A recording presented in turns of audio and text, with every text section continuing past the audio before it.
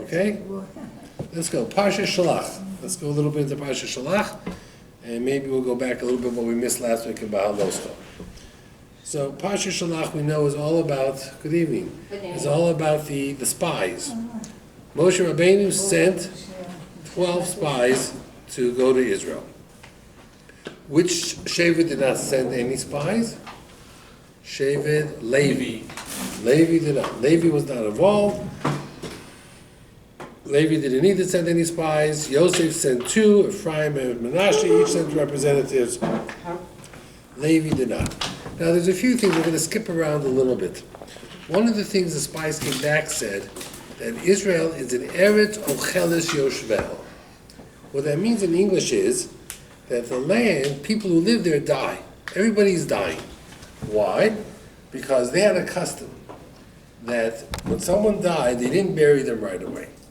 They waited until a great man died. And when they buried the great man, they buried all the other people as well.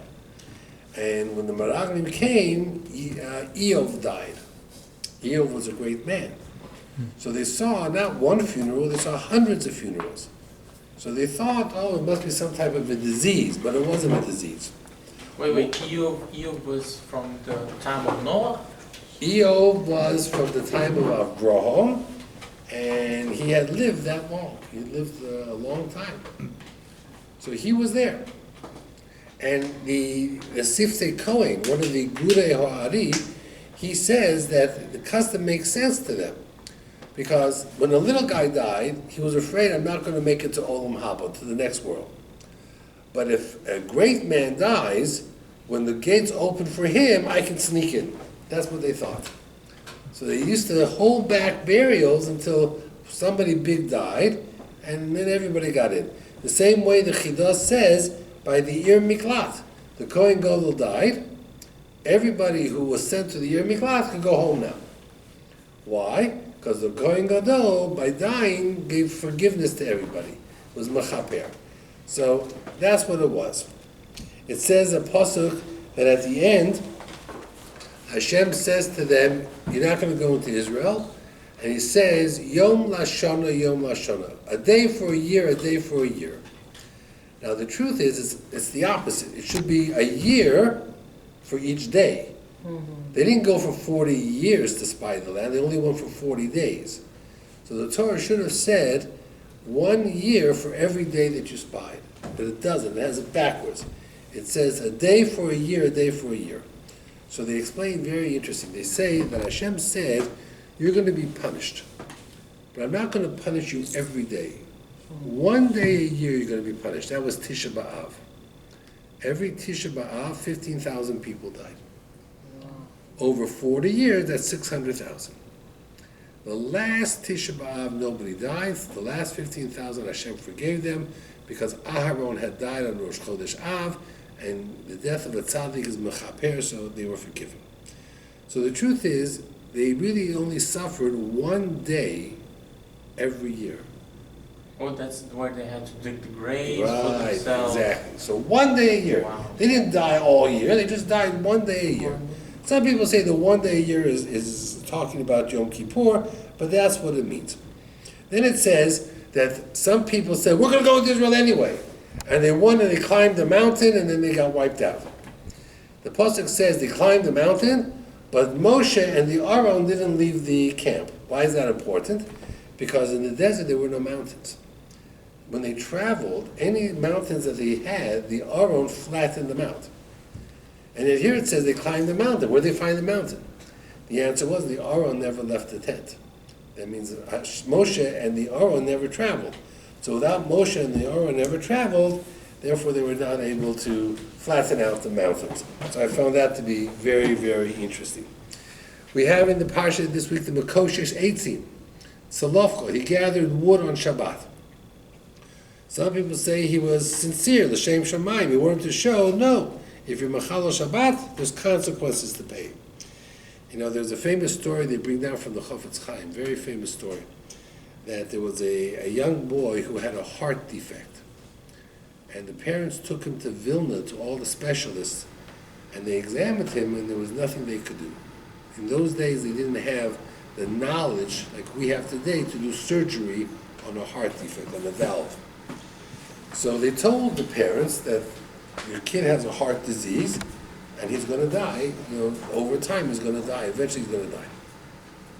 So on the way back home, they made a detour and they went to the city of Radin where the Chofetz Chaim was. And the Chofetz Chaim told them that if you do what I tell you, your child will live. What's that? He says, set your Shabbat table up Friday afternoon, by noontime. Because many people don't set the Shabbat table up till right before Shabbat. And it's busy and it's hectic and there's shalom bayit and they're screaming and they're yelling and the mother's saying, set the table and no one's doing it. He says, if you prepare for Shabbat, by 12 o'clock Friday, the table is all set, your son will live. Wow. Now, by me, I told you many times that we set our table up on Thursday. If you come into my house Thursday night, the table's all set. The challah board is out, the glasses are on the table, everything is set. By us, Friday is such a busy day that if we didn't set up Thursday, we'd be rushing before Shabbos. So he did that, and the kid got better. And when they took the child back to Vilna, the doctors looked at the child and said, this is not the same child, must be a twin. He says, because the heart defect is gone. And they said, no, it is the same child. It is the same child. They couldn't believe it. But that was the power of the Chofetz Chaim. That was the skula. That was his bracha. The Chofetz Chaim gave that bracha. So that was a tremendous, tremendous thing. They bring down, it says over here, that people assume that if you do an Avera, Hashem punishes you right away, everybody will believe in God. He says, no, everything has a lesson. You have to see the lesson. That means the Meraglim, the spies, they saw what happened to Miriam. Miriam spoke Lashon Hara about Moshe, she got punished. They saw it. And yet they went into Israel, they spoke Lashon Hara about Israel, they didn't care anything. They didn't learn anything. That means sometimes you could see a lesson. A person's driving a car, they see a bad accident. So for the next hour, they drive very carefully. By the next day, they're driving recklessly, same way as before. They don't see. They bring down the story with a Chaskell Levenstein, a very famous person who, Mashkiach. He says he was once in a taxi in Israel, and the taxi driver, not a religious Jew, said to him, you know, Rabbi, my friend and I were in India, and we were sitting in India at a cafe, and a big snake, a boa constrictor, started to wrap himself around my friend. And when, the boa constrictor wraps around and he squeezes you, he kills you. So, the snake. And we didn't know what to do. My friend thought he was going to die. So my friend started to say, Shema Yisrael, Hashem Elokeinu, Hashem Echad. All of a sudden, the snake got scared and unwrapped himself and went away. Wow. This is what this is the cab driver was telling Reb Chaskell Levenstein. So Reb Chaskell Levenstein said, wow, what happened to your friend after that? He says, my friend, he became a choser b'tshuva, he became religious. So then the Reb Chaskell Levenstein said to the cab driver, but you were there together with your friend, what about you? He says, the snake wasn't on me, it was on him. That means, he couldn't believe it. He says, you saw the miracle happen with your friend, and you know what the attitude was? That was him, wasn't me. It doesn't affect me. My life wasn't in danger. My life wasn't in danger. I should become religious now. He became religious. His life was in danger. My life wasn't in danger. So Reb Chaskell Levenstein, gives that as an example. He says, they traveled the desert. He says, today we have GPSs, we have Waze. A person gets to the car, they punch in the address on Waze, and that's it. Turn right, turn left, tells you what to do.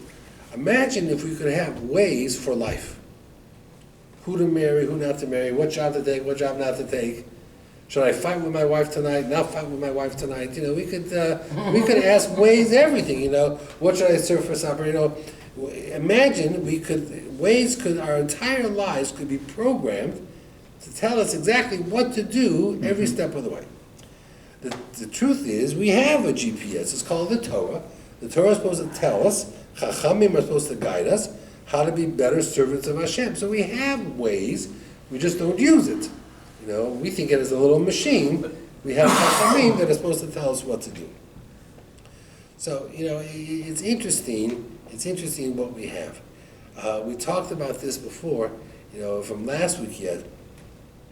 We're talking about giving respect to chachamim, to rabbanim. It says that there was a person that had severe headaches.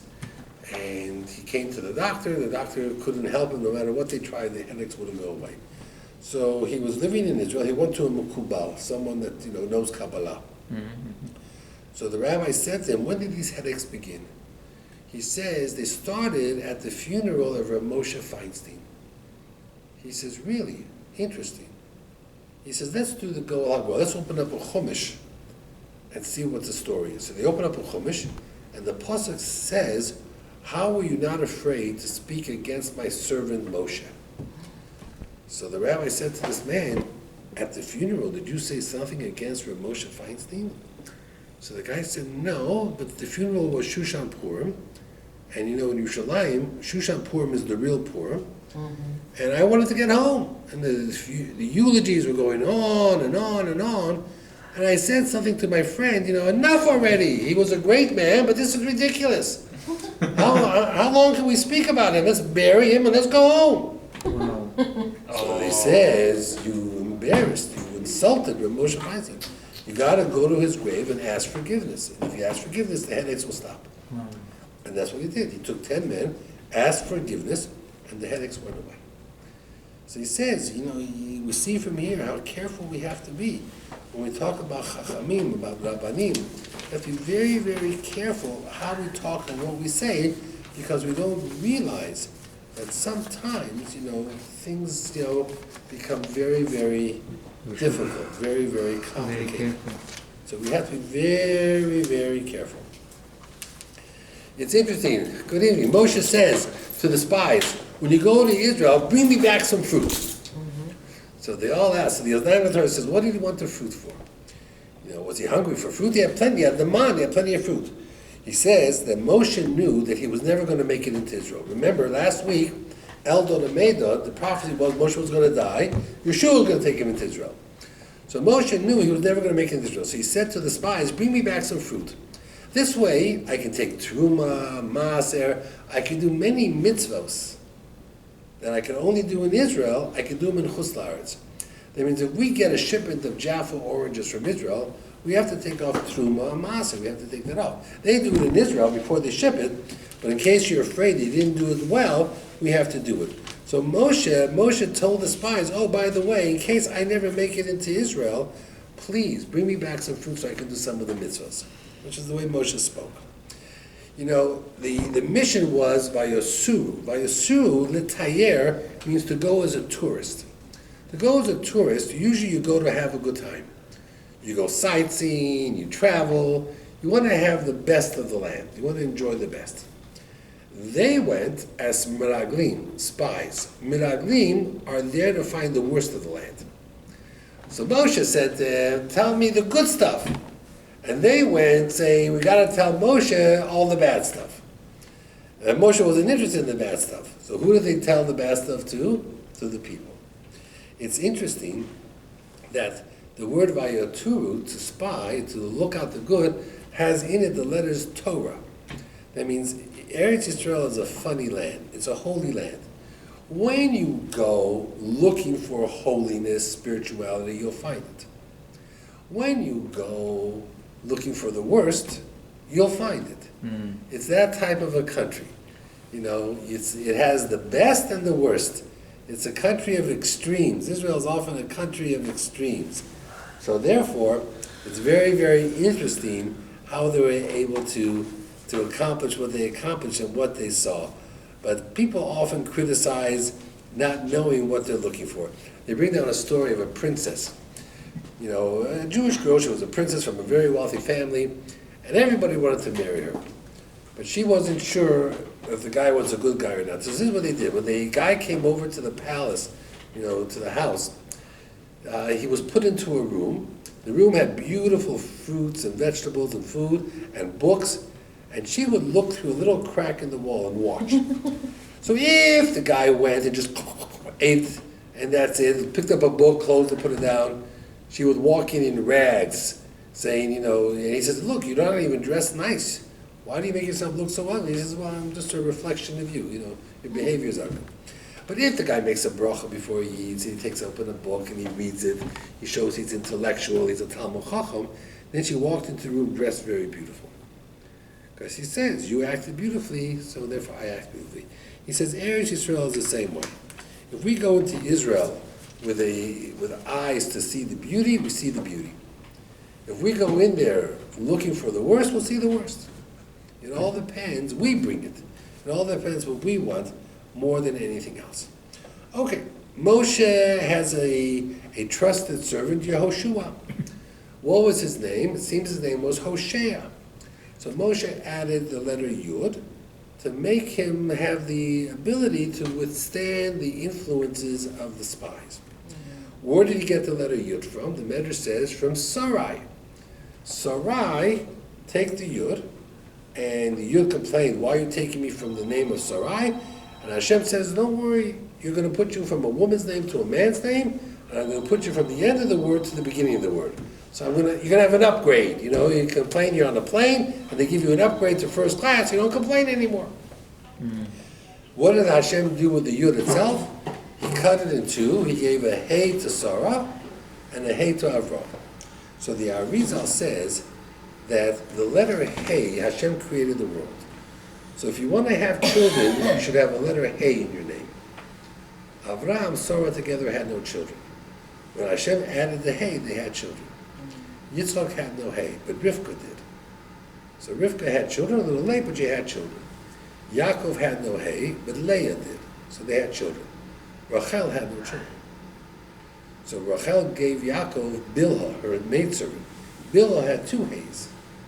So she had two children, Yosef and Binyamin. So it seems, from a Kabbalistic point of view, the Arizal says that if you meet somebody that doesn't have children, and they want to change their name to a name that has the letter Hey in it. Wait, Rachel never had children from Yaakov? In the beginning, she couldn't have. After she gave Bilhah, who had two Heys, then Rachel had two children. Oh. So the Arizal wants to say the letter Hey has that power. I don't know what that Leah means. gave birth to 5. And no, altogether to 7. She gave birth to 7. Altogether. Okay, and the Rachel gave birth To 2, Bilhah 2. That's going to be 9, and then 3 children from the maids. Well, the maids each had 2. Remember, one of Leah's children was a girl. Was Dinah. Okay. Now I understand. Okay? So that's what the Arizal says. Now it's interesting, Yehoshua, they always say instead of Ben, the son of, they say bin, with one dot under the base. So they say that the Yehoshua, the Yud has 2 dots under it, Yah. So the Ben had 3 dots, Hashem took 2 dots from the Ben, so it's called Yeshua bin Nun. Other people say a little bit different. He says there are 3 influences in a person. A person is a product of the home they're raised, their parents. They're also a product of the schools they go to. And they're also a product of the friends they make. All 3 contribute to who you are. So he was called Yehoshua bin Nun. From his father, he only had 1 dot. The other dot comes from your teachers. The third dot comes from your friends.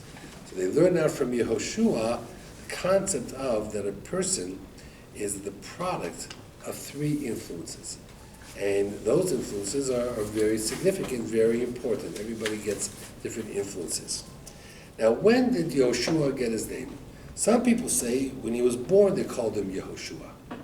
But as he got older, his friends called him like a nickname. You don't need the Yud anymore. You're such a good person as it is, they called him Hoshea. Like we call people named Yehoshua, we call them Shua. We shorten it. And then Moshe put the Yud back. Moshe says, no, he's going on a dangerous mission. We're going to call him Yehoshua. Some people say, right before, when Moshe met Yehoshua the first time, and Yehoshua stood at Har Sinai all by himself, he gave him the letter Yud. Because it says that when he fought against Amalek, his name was already called Yehoshua. So there's a difference of opinion when he was called Yehoshua. Some people say from the day he was born. Some people say from the day Moshe met him. It was only now that the Torah records it, because Moshe said to him again, I just want you to know it's a good thing your name is Yehoshua. Hashem should save you from the spies, the Meraglim. Not that the Meraglim Moshe knew at that time were bad. He was just worried. He was worried about the influences that Yehoshua could be subject to. That was Yoshua ben Nun? Yehoshua ben Nun, but we always say Yehoshua bin Nun. Ben Nun. As if the base only has one dot underneath instead of the three dots. Okay? But yeah, he was the son of Nun. We don't know much about Nun. From other way, Nun is an interesting name. Nun Vav Nun. You can read it frontwards and backwards. Called this the is palindrome. the simple translation. Yeshua ben Nun, Yeshua from fish, right? Like he came from fish. Wow. Somebody find. You know, history. They are Medrash like that, but Bin Nun means that he was the son of Nun. Sound Nun. Right. Nun does mean fish, right? It could be. I'm not sure if Nun means fish. Because he was died, the fish Swallowed him up at some him. point? Somebody find him from fish. Interesting. That's what the story about. It brings down here a Medrash Pliya. Why were the Meraglim not successful? Because they went in the month when the grapes became ripe. Bikure Anavim. Bikure means the firstborn. So he brings down from Bikurim. So he brings down from the Zohar that if you take the word Anavim, which means grapes, the letter before the ayin is a samach. The letter before the nun is a mem, samach mem. The letter before the beis is an aleph, and the letter before the mem sofit is a lamed. It spells Samael, which is the angel of Esav, the Malach HaMaves, the Satan. He says, we bring wine into the Beit HaMikdash to elevate it. But most of the Averos occur when you drink too much wine. We know Noach made mistakes when he drank wine. Although Arishon, the eighth Hadas, was wine. He says the reason is because when you drink wine, you're confused. It affects your judgment. You have poor judgment. And then the Yetzer Hara can take over and affect you. So he says that Moshe was very much afraid that they were going at the time when the grapes were becoming ripe. And therefore he said to Yoshua, be careful. Be careful for those powers. He says the months that have the worst mazel is Tammuz, which is what the month we're coming into now, Av, and Tevet. The month, again, that has the best mazel, I guess, would be Adar. Adar has a Nisan. These have better mazels. So we're entering into those months that have the worst mazels. And therefore, he says that you have to be very, very careful. He says, it's interesting, Moshe wanted a report. So he says, sometimes when a person checks out, you go on a date, before you go on a date, you check out the person. So if you haven't met the girl yet, so you want information whether the girl's a good girl or not. But if you've been going out with the girl for 10 times already, now you start checking her out, what are you looking for? Confirmation that everything you know about her is true. It means you're no longer looking for information. Information you look out before you go out with her. Am I wasting my time? But once you've already gone out with her so many times, and then you start checking, you just want to make sure your facts are correct. So like a little bit of a different. Moshe wasn't interested in finding what was terrible. Moshe wanted, the truth of what Eretz Yisrael was. He says, he asked them to check if there's any good people there. And we know that Eov was there. Moshe wanted, a good person can raise good children. So Moshe wanted to know, were the people living in Canaan good people? Are there any trees? Come on, every country has trees, You don't go to England, if someone says, I just came back from England, oh really, do they have trees there? You wouldn't ask a person that, But what it means, trees means people who are good people, that they lay solid roots and they have good children and good grandchildren. So Moshe wanted to know, is there any protection? Does Israel have any protection that can keep the Jews out? And Eov was one of those people, but Eov had passed away. So the people came back, no, there really was nothing protecting them. But the people were afraid. Part of it was that they wanted Moshe to take him into Israel, and they were afraid because the Nevuah said that Moshe was not going to take them. So Moshe was not going to go into Israel, therefore they had that fear. Okay, let's go a little bit further anymore. It says over here, very interesting, the Meforshim bring down, given the choice, the Kli Yakar says, Moshe would have been better off sending women as spies, not men. We assume sending men because it's a secret mission, it's dangerous. He says the men didn't love Israel the way the women did. We see from the Benos Salavcha that they had a tremendous love for women. Israel, the women had a tremendous love. He says it would have been much better off had Moshe sent women, 12 women as spies. He would have gotten a much better report than sending 12 men. So it's interesting that even though today we live in modern times and everything else, but based on the information that we have, it seems it would have been much better had Moshe sent the women out.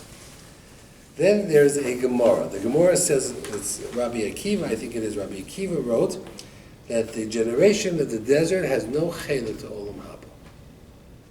And No people are, chelik? right, why? Because they made the sin of the spies. But people are troubled by that because the generation of the desert was on a very high level. Yeah. So why should they lose their Olam Haba? So the Ramon Mipano, a big Kabbalist, he says, no, you're making a mistake. He says the whole purpose of Olam Haba is to get to know God better and get closer to God, that when Mashiach comes, you're ready. He says the desert, the people of the desert didn't need Olam Haba. They were ready already. That means when they died, they didn't go to Olam Haba to get ready for Mashiach. They went to another section for the people already ready for Mashiach. He says that's what it means they didn't get Olam Haba. They didn't need it. They were on such a high level, he says, when they were by the Yam Suf, they could say, this is Hashem. We see Hashem's hands. So, it raises the obvious question. On one hand, they were on a very high level. And they saw miracles that nobody ever saw. And they saw HaKadosh Baruch Hu, the Shekhinah, in ways that nobody ever saw. And yet, they were involved in the golden calf, and yet they were involved in the sin of the spies. Women were not. Shevet Levi was not. That means there were groups of Israel that were not involved, but the average Israeli, the 600,000 men from the ages of 20 to 60, couldn't withstand that temptation. So as great as they were, they just weren't ready to go into Eretz Israel. And in the end, they didn't go. Kalev went, Yoshua went, Moshe never made it, Aharon never made it, Miriam never made it, we know that. The women made it, Shevet Levi made it, but the bulk did not make it. Women has is good to The women didn't die in the desert. wow. They were not involved in the sin of the Came to spies. They came to Israel. I mean, Older women were older. one was old. Yeah. Wow. The only women that died in the desert was the wife of Korach and these women. But otherwise, the women themselves, they So survived. Men could enter the Israel. The men from ages 20 to 60 died in those 40 years in the desert. They died. Every women- Tishbiah. Right. The women survived, the children survived, the older people survived, Okay, maybe- Shevet Levi survived. So there were millions that went in, but there was 600,000. The core, from 20 to 60, the core, Couldn't get in. couldn't get in. They just, somehow that Egyptian slavery, that we call that slave mentality, they could never get out of them. They just couldn't get it out of their system. Even though they had clouds all around them, even though they had the man, they had the bear, they had miracles every day. They just couldn't advance to where they had to go. But you told they go straight to the Alam Oba? And they went straight to Olam Haba in the end, and they'll come out in the Yemos HaMashiach because they were on a very high level, and yet they could not make it into Eretz Yisrael. Okay. A few things, we talk about last week, Ba'aloscha, just a few minutes, and then we'll wrap it up. It says that every day a different Nasi brought a gift. You know that Nachshon and Aminadab brought on day one. There were 12 Nasiim. What Shevet didn't bring a gift? Aharon. The Levies. The Levies didn't bring a gift. So Rashi says that Aaron felt bad. He didn't bring a gift. So Hashem says, don't worry, your gift is greater than theirs. The menorah that you're lighting, one day in Hanukkah, you'll light the menorah. So the problem with that, of course, is let's say you're invited to a bar mitzvah. And you meet your friend, and he says, oh, by the way, I sent him, the bar mitzvah boy, a gift. And then you say, oh yeah, I also sent him a gift. Mm-hmm. So then I say, oh, I feel bad, I didn't buy him a gift. Mm-hmm. What would you tell me? Don't feel bad, go buy a gift. Buy a gift.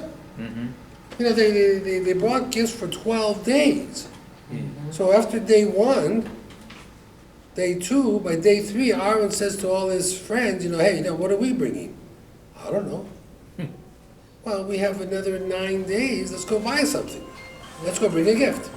Okay? So why does it say that Aaron felt bad because he didn't bring a gift? Who stopped him from bringing a gift? Bring a gift. So the answer is that on the first day, Rosh Chodesh Nisan, Aaron's 2 children, Nadav and Avihu, died. And when a parent, God forbid, loses a child, the Avelut is 30 days.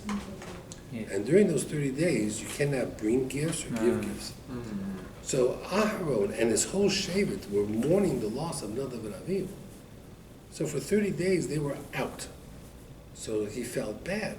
That means I would love to bring a gift, and normally I would have brought a gift. But Hashem has created a halacha that says I can't bring gifts, so I'm stuck. I feel bad. So Hashem says, don't feel bad. Your gift, the menorah, is a greater gift. So we have to keep things in perspective. Remember, it's also very interesting that in Ba'aloscha they talk about bringing the Korban Pesach. It says there, you cannot break a bone. Remember, the whole idea of bringing the Korban Pesach was that the Egyptians should see that it was a sheep. If I could break the bones, I could cut up the Korban Pesach in little pieces, you wouldn't know what it was. The Egyptians might think it's a goat or something else.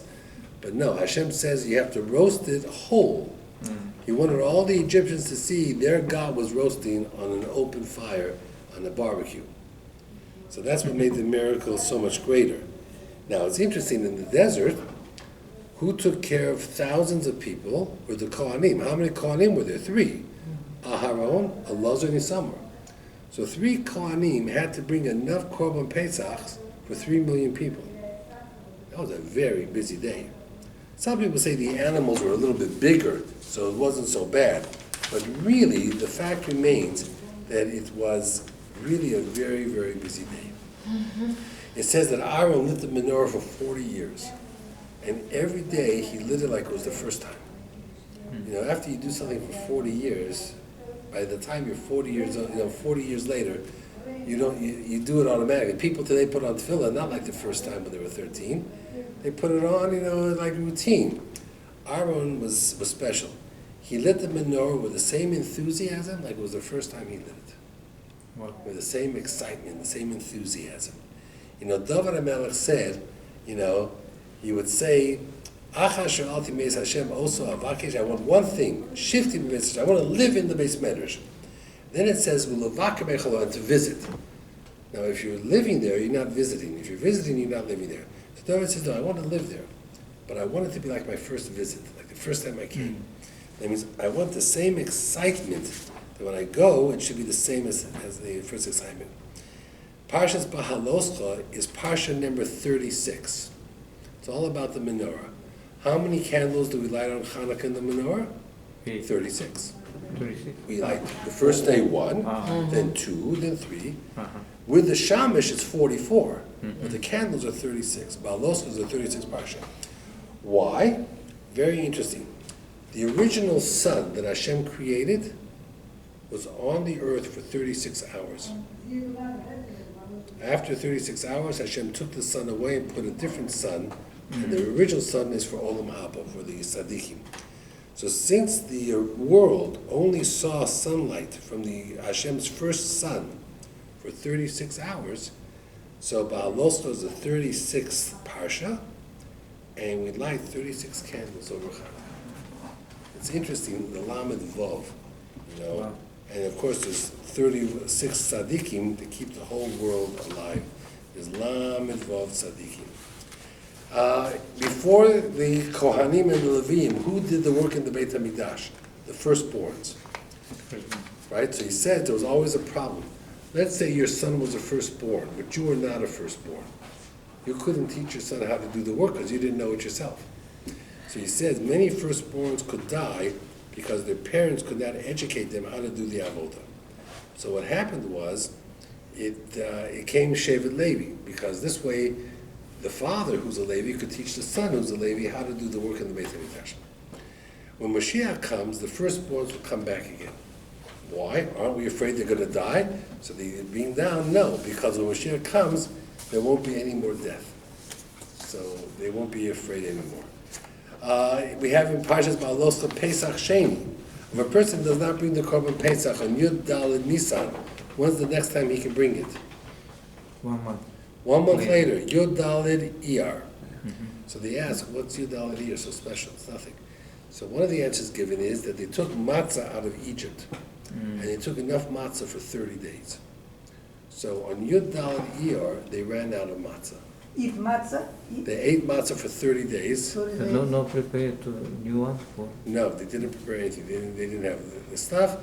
And then on Yud Ches Iyar, the man started to fall.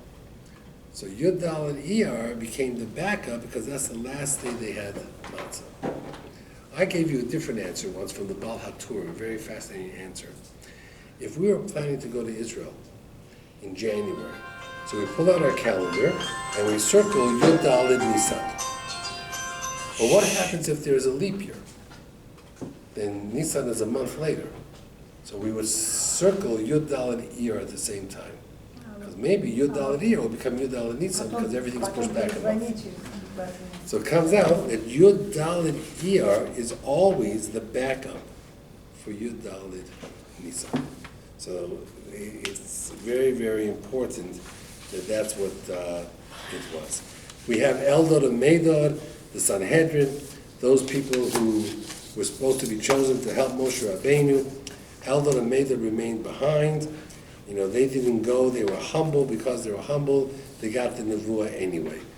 Who were Eldad and Medad? They were Moshe Rabbeinu's half-brothers. They had the same mother. Yocheved was their mother. So Yocheved had 3 children, Moshe, Aaron, Miriam, and Eldad and Medad. They just had different fathers. So Eldad and Medad, according to some opinions, were from Shevet Levi. They were Moshe's half-brothers. There are different medrashim about that. Some people say yes, some people say no. But Eldad and Medad were very humble, and they prophesied that when we go into Israel, Moshe is not going to go into Israel. Moshe will die, and who will take us into Israel is Yehoshua. That got people very nervous. Because Moshe they trusted. Yehoshua they didn't trust could lead them into Israel in the same way Moshe could. Remember, at this point, Yeshua was 56 years old. He was young in their mind. Moshe was already 80, so Moshe was older. By the time they came into Israel, it was 40 years later. So when Yeshua took him into Israel, he was 96 years old. But mean trusted? 96. They didn't believe in him. They didn't believe in Yehoshua as much as they could. The next thing was very interesting. In the desert, how do they know when each month began? So how do you know that it's a new month? We have a calendar today. Yeah. Before there was a calendar, how do they know when the month begins? They had the new moon, right? They saw. They see the star. They saw the moon. Yeah. It was called Kiddush Levana. In the desert, they couldn't do Kiddush Levana. Never. No, why not? Wow. Why not? Tell me why in the desert they could not do Kiddush Levana. They had to use the calendar. Because maybe they couldn't see the moon. They couldn't see the moon. Why couldn't they see the moon? Because of the clouds? The clouds. Oh, clouds. They were covered. Clouds. They were covered on all 4 sides, bottom and top with clouds. So they couldn't see the moon. They never go out. So some people say they could go out and do Kiddush Levana. Some people say that when they went out, the clouds went out with them. So there is an opinion that says, Rabbeinu Bachai brings down a Chiddush from Rabbeinu Hananel, Kviyas HaChadoshim, these new months were only done by our calendar. They used the calendar system we have today. That's what they used in the 40 years in the desert. This is a shocking thing. Some people say no, they were able to go out and see, but most people say no. They could not do Kiddush Levana. They could not do that. It just wasn't possible. Because every time they went out, the clouds went out with them and covered over the moon. So they were stuck. They had no choice but to rely on our calendar. But what time it was started to make a living by calendar? During the days of Hillel. And when they came into Israel, they did Kiddush Levana for 2,000 years. It was already after the second Beit HaMikdash was close to being destroyed, Hillel established the calendar. Before no calendar. Wow. They had two How witnesses did they- that came and saw the new moon and they testified. Wow. And then they said, Mekudesh, Mekudesh, Mekudesh. Okay. What Shevet traveled last? Of all the tribes, when they're traveling, what was the last Shevet to travel? Dan. Dan was the Ma'asaf L'Kol HaMacharos. Anybody who was a straggler was caught up in Dan. And he said, why? Because Dan had Pesamicha. Pesamicha was an idol. Dan was very weak. So they say that they wanted to make Dan at least have Ben Adam L'Chavero. It should be strong between people, Ben Adam L'Chavero, in order for them to have a special zchut.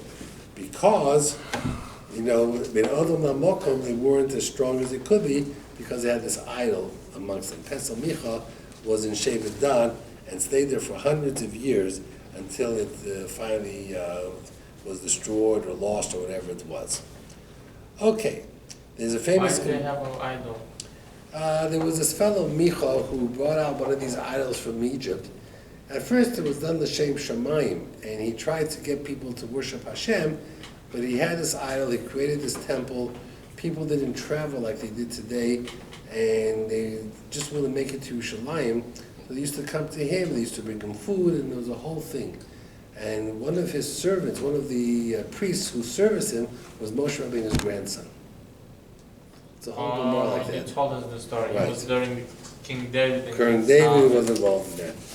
So he brings down over here the famous story that when Moshe was dying, Moshe said to Yeshua, "Do you have any questions? Ask me what you want to know." Yeshua says, "No, you were a good teacher. I know everything." So when Moshe Rabbeinu died, over 300 halachos were forgotten. That it says that 300 halachos were forgotten and 700 questions were raised without answers. And it was all a punishment for not asking Moshe to clarify things. And the person who brought it all back was Osniel ben Kenaz. Osniel ben Kenaz, through his pilpulim, brought it all back. So there's a famous thing that Kalev ben Yefuna had the city, Kiryat Ye'orim, and he couldn't conquer it. No matter what he tried, he couldn't conquer it. So he made an announcement, whoever conquers the city for me, I'll give them my daughter as a wife. Now that wasn't the right way to marry off your daughter. He was one of the people who the Gemara says asked improperly, but he was answered properly. Who came forward? Osniel ben Kenaz. Osniel ben Kenaz was from the Shevet Yehuda. He was the Nasi, and he discovered all the halachos. He through all the learning was able to remember all 300 halachos, and he conquered Kiryat Ye'orim.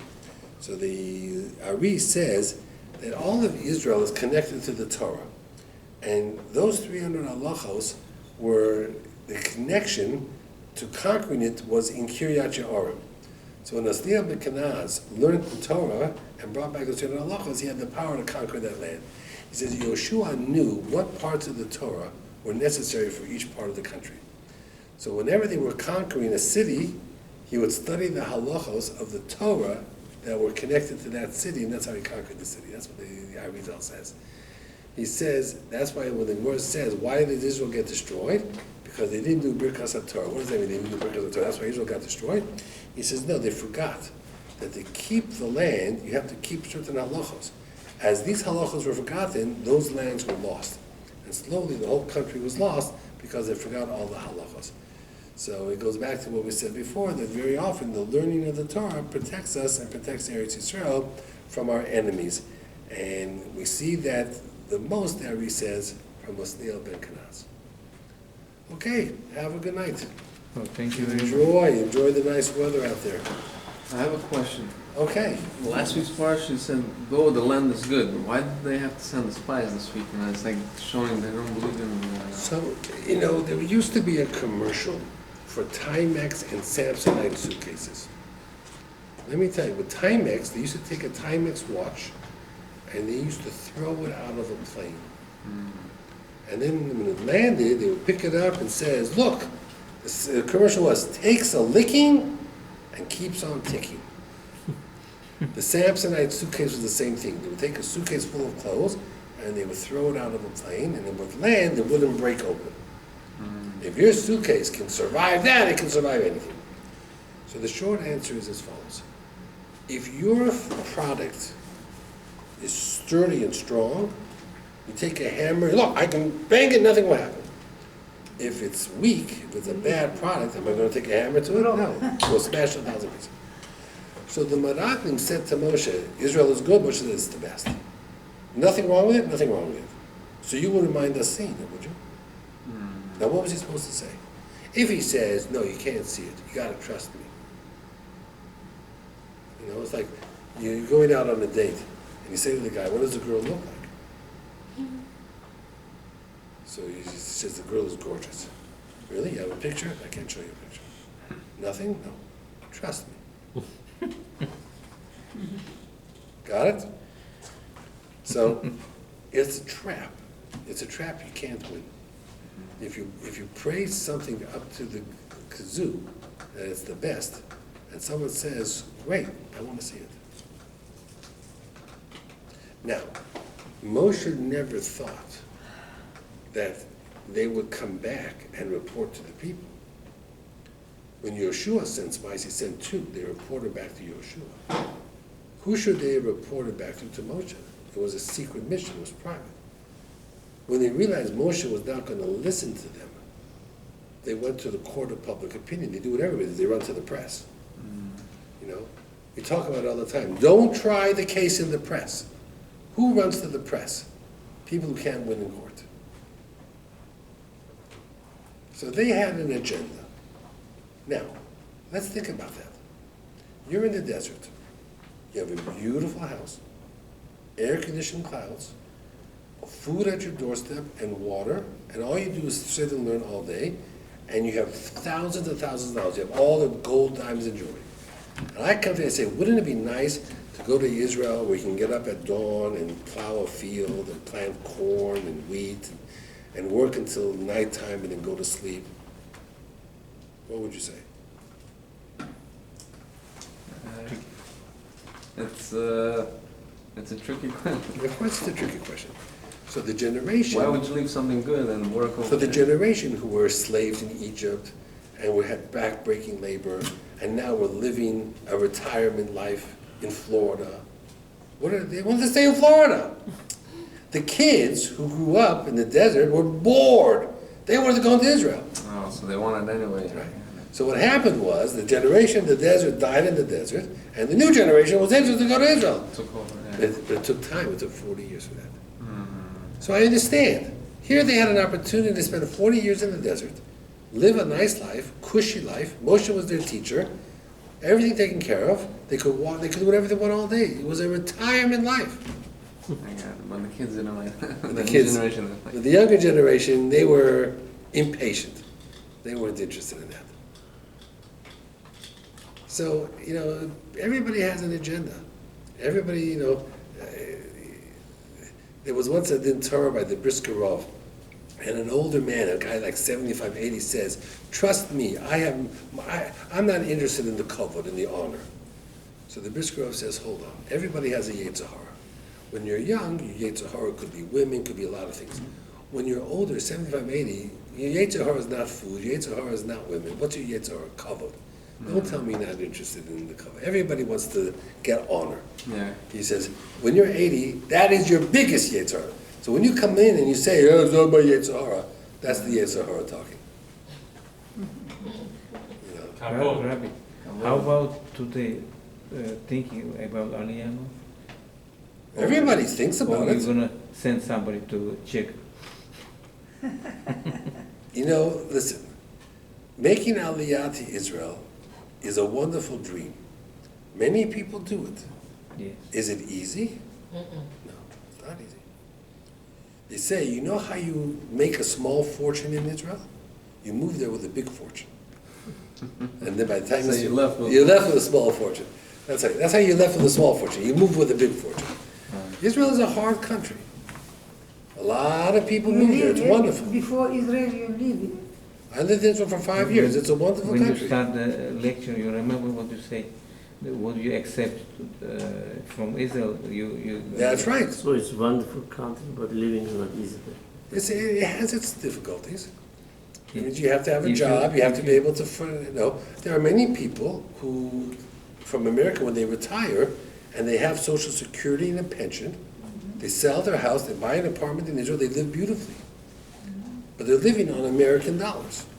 That's okay. They planned their whole life. There are people, my wife would move to Israel tomorrow, but she doesn't want to leave the grandchildren. I understand that, right? Maybe as we raised all the children in Israel, all the children living in Israel, a lot of people who moved to Israel have children already living in Israel. It's very hard when you have children and grandchildren in America to move to Israel. So we do the next best thing. We travel and we go visit as often as we can. We do that. It's not easy. If the old people live there with the pension of America, what about the medical coverage? Well, they have Kupat Cholim. They have Israeli Okay, good night. has socialized medicine. Yeah. Good night, Rabbi. Good Good night. night. Rabbi, one question. Many people, my old, give us in Israel, I said, give, no. Yes, Yeah, they have some type of pension in No, Israel. what she I'm wants not to, work here, I'm not job. no, what she wants to know if she's getting the SSI. SSI, and she wants to move to Yeah. Israel. She can't get the money there. She can get her Social Security, yes. Social Security? Yeah. If she used to work, but if she didn't work. I'm Yeah, not But she work. didn't work. You have to work. You don't get Social She Security has unless only this No, they also Social have Security in Милхамес was like the boy with the assistant Она sickness or отсюда whatever. хочет перенести I don't know, she сюда. has to ask. Нельзя, наверное, Yeah, хотела там узнать. надо сихлен государство. That I don't know. Хотела узнать, But if you спросила, work and you have a pension and you have, работает. Yeah. then you get it. Правильно, ты не, Твоя мама работает здесь, она будет People получать do там. that, they ты не plan. будешь получать. Да? But you know, it's not, Надо узнать, он no, it's you don't know. I'm not work He here. doesn't. Он не and you знает. don't get You have Social to ask Social Security. Security office. Да. Have a good night, everybody.